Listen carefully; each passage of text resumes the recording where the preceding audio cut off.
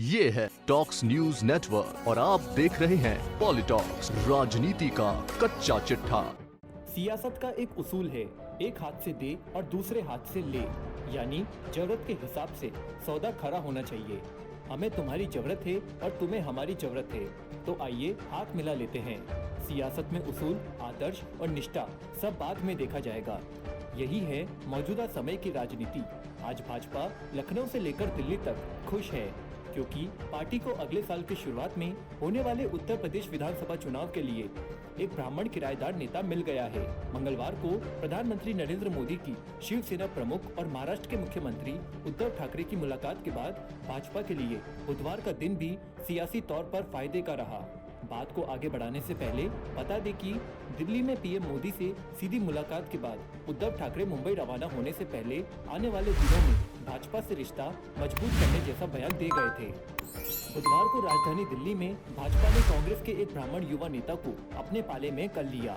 उसके बाद भाजपा के केंद्रीय नेताओं ने दिल्ली से ही उत्तर प्रदेश तक जोरदार आवाज लगाकर कहा कि देखिए, हमने ब्राह्मणों की नाराजगी दूर कर दी है। जी हाँ, हम बात कर रहे हैं मंगलवार सुबह तक रहे कांग्रेस के नेता और यूपी में ब्राह्मण चेहरा बने जितिन प्रसाद की।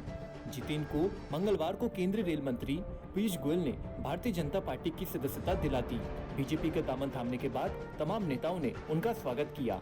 सदस्यता ग्रहण करने के बाद जितिन ने दिल्ली में बीजेपी के वरिष्ठ नेता और गृह मंत्री अमित शाह और भाजपा के अध्यक्ष जेपी नड्डा से भी भेंट की। जितिन की नई पारी और भाजपा में उनके आने पर यूपी के मुख्यमंत्री योगी आदित्यनाथ ने स्वागत करते हुए ट्वीट में लिखा कि कांग्रेस छोड़कर भाजपा के वृहद परिवार में शामिल होने पर जितिन प्रसाद जी का स्वागत है। जितिन प्रसाद जी के भारतीय जनता पार्टी में शामिल होने से उत्तर प्रदेश में पार्टी को अवश्य मजबूती मिलेगी। दूसरी तरफ अमित शाह ने जितिन से मुलाकात की तस्वीर ट्वीट करते हुए उनके स्वागत में संदेश लिखा कि जितिन प्रसाद जी का भारतीय जनता पार्टी में स्वागत है। मुझे पूर्ण विश्वास है कि उनके पार्टी में शामिल होने से उत्तर प्रदेश में भारतीय जनता पार्टी की जन सेवा के संकल्प को और मजबूती मिलेगी। वहीं पिछले वर्ष मार्च के महीने में होली के दिन कांग्रेस छोड़कर भाजपा ज्वाइन करने वाले ज्योतिरादित्य सिंधिया ने जितिन के बीजेपी में शामिल होने पर उन्हें बधाई दी। बता दें कि जितिन प्रसाद को सिंधिया का काफी करीबी माना जाता है। यह दोनों नेता एक समय राहुल गांधी के भी वफादार हुआ करते थे, जिसकी वजह से राहुल की युवा ब्रिगेड मजबूत भी रही है। गौरतलब है कि जितिन उन 23 नेताओं में शामिल थे जिन्होंने पिछले साल कांग्रेस अध्यक्ष पद को लेकर सोनिया गांधी को चिट्ठी लिखी थी। जितिन यूपी कांग्रेस में बड़ी जिम्मेदारी चाहते थे, लेकिन उन्हें पार्टी में नजरअंदाज किया जा रहा था, जिसके बाद जितिन प्रसाद भी कांग्रेस से खुश न रहने के संकेत लगातार दे रहे थे। उत्तर प्रदेश में काफी समय से योगी सरकार पर ब्राह्मणों की उपेक्षा करने के आरोप लगते आ रहे हैं। ऐसे में चुनाव नजदीक है और पार्टी ब्राह्मणों को नाराज करना नहीं चाहती थी। भाजपा को एक ऐसे युवा ब्राह्मण चेहरे की तलाश थी जो कम से कम विधानसभा चुनाव तक साथी बन जाए। बता दें कि ज्योतिरादित्य सिंधिया के बाद जहां कांग्रेस को एक और बड़ा झटका लगा है, वहीं बीजेपी के लिए जितिन कितने फायदेमंद साबित होने वाले हैं, यह तो भविष्य बताएगा। राजनीतिक विश्लेषकों की माने तो जितिन के जरिए बीजेपी की कोशिश यूपी में ब्राह्मणों की नाराजगी दूर करने की होगी। साथ ही उन्हें बीजेपी में बड़ी भूमिका भी मिल सकती है। यहाँ हम आपको बता दें कि काफी समय से जितिन प्रसाद ब्राह्मणों के हक में आवाज उठाते रहे हैं। हालांकि प्रदेश नेतृत्व से उन्हें समर्थन नहीं मिल रहा था। यही वजह थी कि जब जितिन ने ब्राह्मण चेतना संवाद कार्यक्रम की घोषणा की तो कांग्रेस ने इससे किनारा कर लिया था। इसकी वजह से जितिन का राजनीतिक ग्राफ भी गिरता चला गया। आइए जानते हैं जितिन प्रसाद के बारे में। जितिन प्रसाद के पिता जितेंद्र प्रसाद तत्कालीन प्रधानमंत्री राजीव गांधी और नरसिम्हा राव के सलाहकार रह चुके थे। इसके साथ ही वो कांग्रेस के उपाध्यक्ष भी रह चुके थे। जितिन प्रसाद के दादा ज्योति प्रसाद भी कांग्रेस के नेता थे। उनकी पन्नानी पूर्णिमा देवी नोबेल विजेता रविंद्रनाथ टैगोर की भाई हेमेंद्रनाथ टैगोर की बेटी थी। बता दें कि जितेंद्र प्रसाद भी साल 2000 में कांग्रेस के राष्ट्रीय अध्यक्ष के लिए चुनाव में सोनिया गांधी के खिलाफ लड़े थे। हालांकि वह हार गए थे।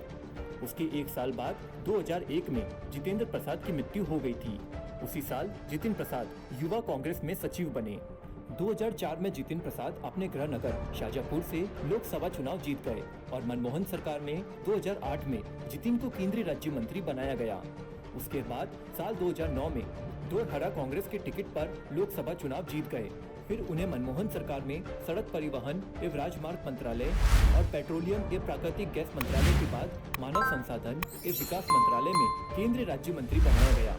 लेकिन वर्ष 2014 और 2019 का लोकसभा चुनाव ढोर हरा से वह जीत नहीं सके। इसके साथ उन्हें पार्टी से भी साइडलाइन करने के आरोप लगे। जितिन प्रसाद पिछले काफी समय से गांधी परिवार से नाराज भी चल रहे थे। अभी हाल ही में हुए बंगाल चुनाव में कांग्रेस के राज्य प्रभारी भी थे। राजनीतिक के जानकारों का कहना है कि जितिन के आने से भाजपा को उत्तर प्रदेश में कोई खास फायदा नहीं होगा, लेकिन कांग्रेस को इसका नुकसान जरूर उठाना पड़ेगा। कांग्रेस ने उन्हें पश्चिम उत्तर प्रदेश में ब्राह्मण चेहरे के तौर पर उतारा था, लेकिन वह पार्टी के लिए कोई खास लाभ नहीं पहुंचा पाए। बुधवार को भाजपा में शामिल होने के बाद जितिन प्रसाद ने कहा कि मेरा कांग्रेस पार्टी से 3 पीढ़ियों का साथ रहा है। मैंने ये महत्वपूर्ण निर्णय बहुत सोच विचार और मंथन के बाद लिया। आज सवाल ये नहीं है कि मैं किस पार्टी को छोड़कर आ रहा हूँ, बल्कि सवाल ये है कि मैं किस पार्टी में जा रहा हूँ और क्यों जा रहा हूँ।